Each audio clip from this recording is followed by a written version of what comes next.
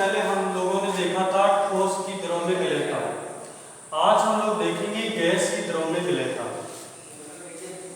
तो एक निश्चित ताप पर गैसों की द्रव्य विलेयता एक निश्चित सीमा तक ही होती है।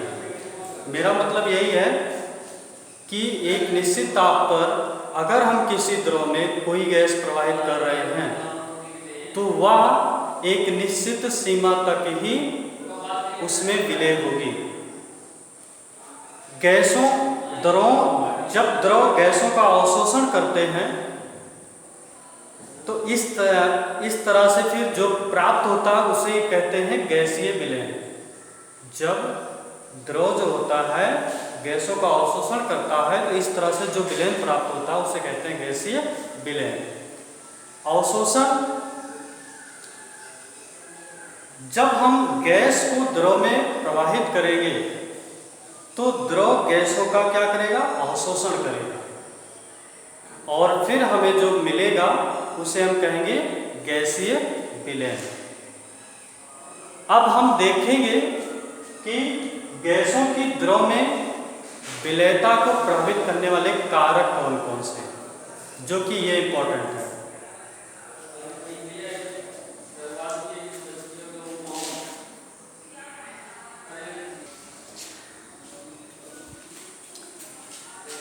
गैसों की द्रव में विलयता को प्रभावित करने वाले कारक। तो गैसों की द्रव में विलयता को प्रभावित करने वाले कारक कौन कौन से हैं? तो पहला है गैसों की प्रकृति। गैसों की प्रकृति।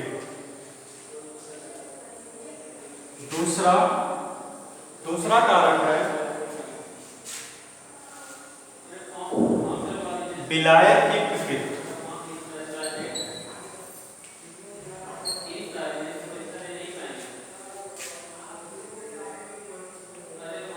विलायक की प्रकृति। तीसरा कारक है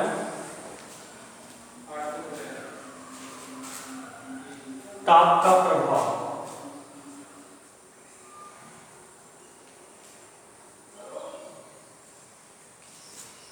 ताप का प्रभाव।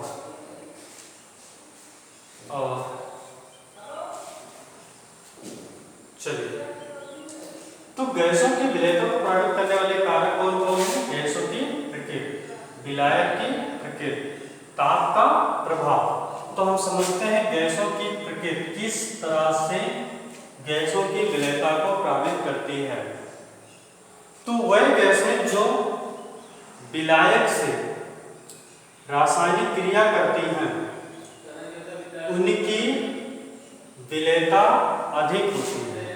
वह गैसें जो विलायक से आसानी से रासायनिक क्रिया करती हैं उनकी विलयता क्या होती है?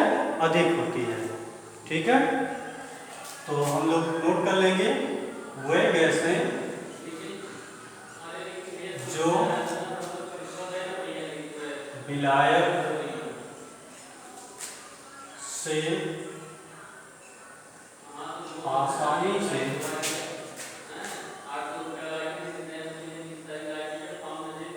क्रिया करती हैं उनकी विलयता अधिक होती है।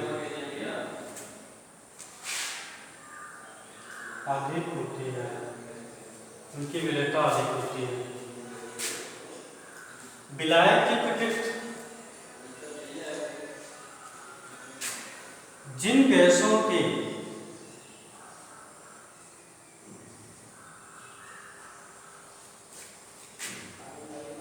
अणु आयन, जिन गैसों के अणुओं में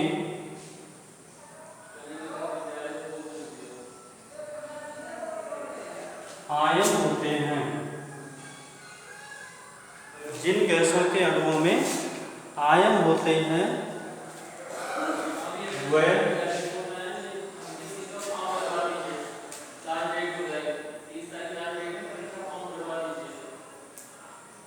आयनिक यानी कि ध्रुवीय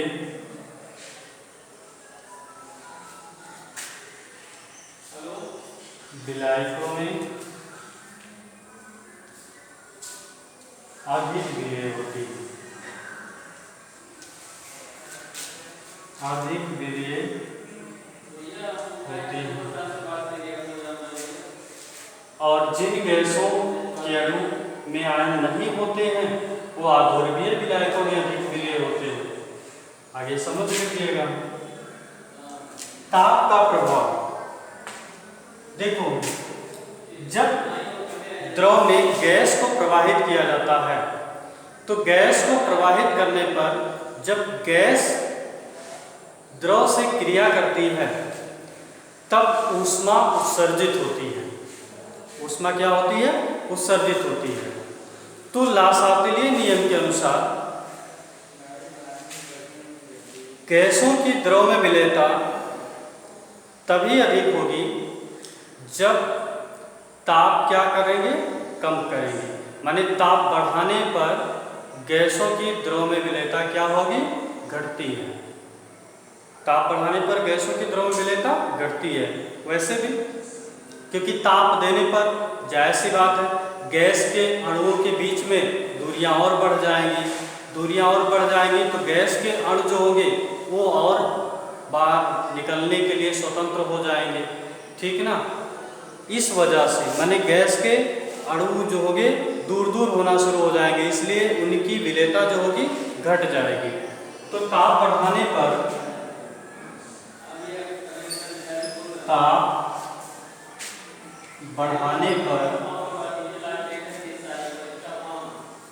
गैसों की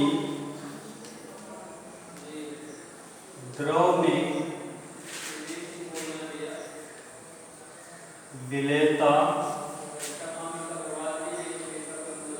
घटती है, क्योंकि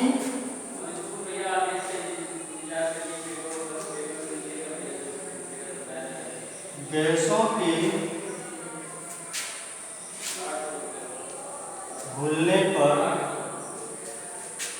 ऊष्मा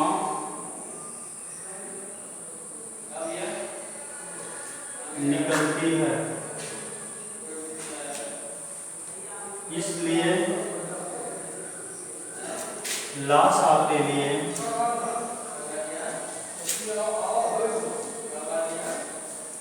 नियम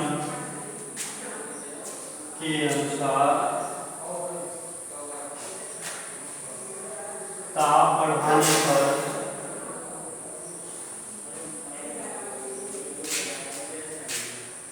विलेयता घटती है। ताप बढ़ाने पर विलेयता घटती है। तो हम देख रहे थे गैसों की विलेयता को प्रभावित करने वाले कार्य। किसी द्रव विलायक में गैसों की विलेयता एक निश्चित सीमा तक ही होती है। जब द्रव गैसों को अवशोषित करता है तो जो प्राप्त होता है उसे हम लोग कहते हैं गैसीय विलय। ठीक ना? अब हम देख रहे हैं कि किसी द्रव में गैस की विलेयता पर किन किन कारकों का प्रभाव पड़ता है। मैंने वो कौन कौन से कारक हैं जो गैसों की विलेयता को प्रभावित करते हैं, जिन पर गैसों की विलेयता निर्भर करती है। तो है गैस की प्रकृति। वह गैसें जो विलायक से आसानी से क्रिया करती हैं उनकी विलेयता अधिक होती है। विलायक की प्रकृति, जिन गैसों के अणुओं में आयन होते हैं वो गैसें जो होती हैं आयनिक अर्थात ध्रुवीय विलायकों में अधिक विलेय होती हैं, और जिन गैसों के अणुओं में आयन नहीं होते वो अध्रुवीय विलायकों में उनकी विलेयता अधिक होती है। ताप का प्रभाव, जैसे कि हमने बताया, ताप बढ़ाने पर क्या होता है? गैस की विलेयता घट जाती है। इसका एक रीजन तो यह है कि गैस के अणुओं के बीच में दूरी बढ़ जाती है, माने अट्रैक्शन कम हो जाता है। अट्रैक्शन कम होने के कारण माने गैस के अणु द्रव के अणुओं के साथ क्रिया नहीं कर पाएंगे। दूसरी चीज, जब गैस द्रव में घुलती है तो ऊष्मा उत्सर्जित होती है। तो यहाँ पर लासापेलिय नियम के अनुसार अगर हम ताप बढ़ाएंगे तब विलेयता घट जाएगी, क्योंकि लासापेलिय नियम कहता है ताप बढ़ाने पर साम्य उस दिशा में जाता है जिधर ताप कम होता है। ठीक ना? तो इस तरह से ऊष्मा छेपी प्रक्रम ये है। तो ऊष्मा छेपी प्रक्रम में क्या होता है कि ताप बढ़ाने पर विलेयता घट जाती है।